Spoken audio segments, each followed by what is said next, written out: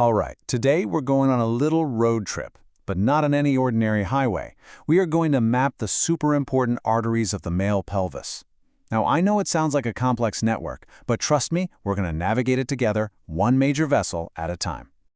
So, get this, a crown of death. It sounds like something straight out of a fantasy novel, right?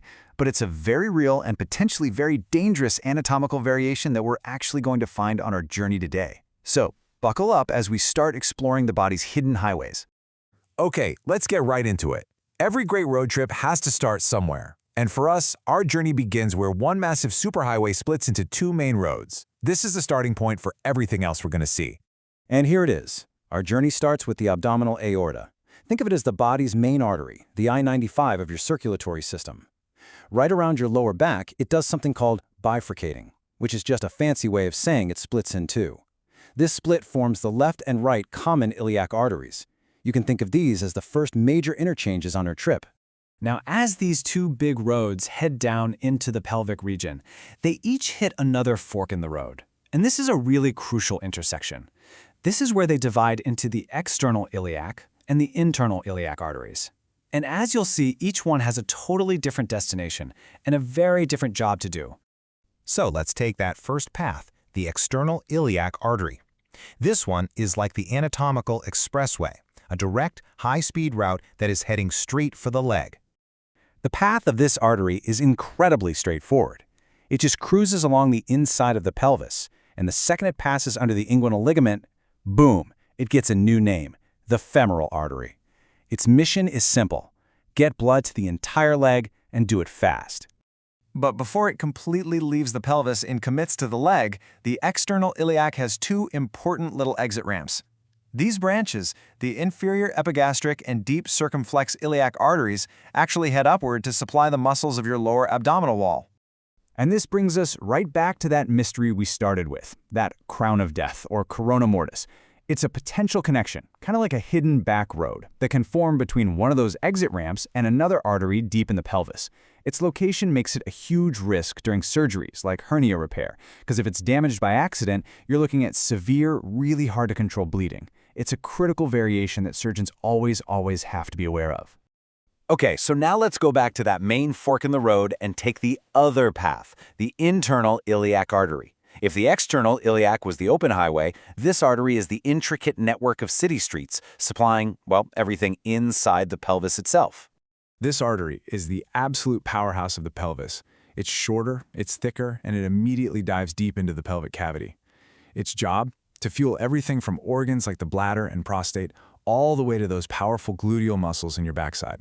And to handle all these different jobs, the artery immediately splits into two main trunks.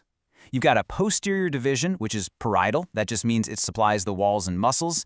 And you've got an anterior division, which is visceral, meaning it supplies the organs. Honestly, understanding this simple split is the key to making sense of this whole complex area. So first up, let's explore that posterior division. Its main job, remember, is parietal. It's supplying the musculoskeletal structures, basically the walls of our pelvic city. Now, the biggest branch here is the superior gluteal artery, and its job is so important. It leaves the pelvis to supply the gluteal muscles that keep your hips stable. Without this artery doing its thing, you literally wouldn't be able to walk without a major limp. It is powering your every single step. Okay, time to check out the other main trunk, the anterior division. This is the visceral branch. It's responsible for supplying the lifeblood to all of those vital pelvic organs. This is where things get really busy. It's like a downtown intersection. This division sends out a whole web of arteries to supply the bladder, the rectum, the prostate, and the external genitalia. We're not going to cover every single little side street, but we are going to focus on three key branches that have some pretty incredible stories. First up, the umbilical artery. This one has a fascinating backstory. You see, in a fetus, it's a massive vessel carrying waste blood out to the placenta. But after birth, most of it just closes off, becomes this useless fibrous cord. But here's the really cool part. The very base of the artery stays open. It gets a brand new job, supplying blood to the top of the bladder. It is an amazing example of anatomical recycling. Next up is the inferior vesical artery. So its main role is to supply the bottom part of the bladder. But, and this is crucial for males, it also sends out really important branches to the prostate gland and the seminal glands. This makes it a major player in both the male, urinary, and reproductive systems. And finally, we have the internal pudendal artery. Man, this one takes a remarkable journey. It winds its way out of the pelvis and then loops back in, all to reach its final destination, the perineum and the external genitalia.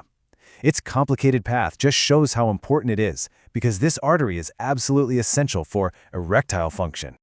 And just like that, our anatomical road trip is coming to an end. We've gone all the way from the main superhighway down to the specific city streets. So let's do a quick recap of the map we just drew. So what's the big picture here? It's really just a simple cascade.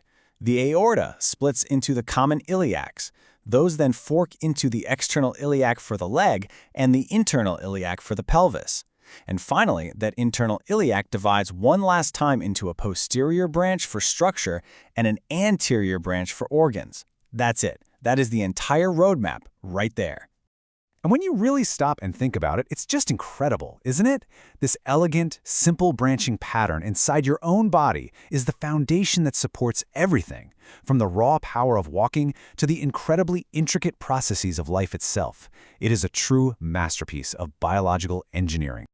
Hey, if you found this little anatomical road trip helpful, do me a favor and subscribe for more explainers where we make complex topics simple.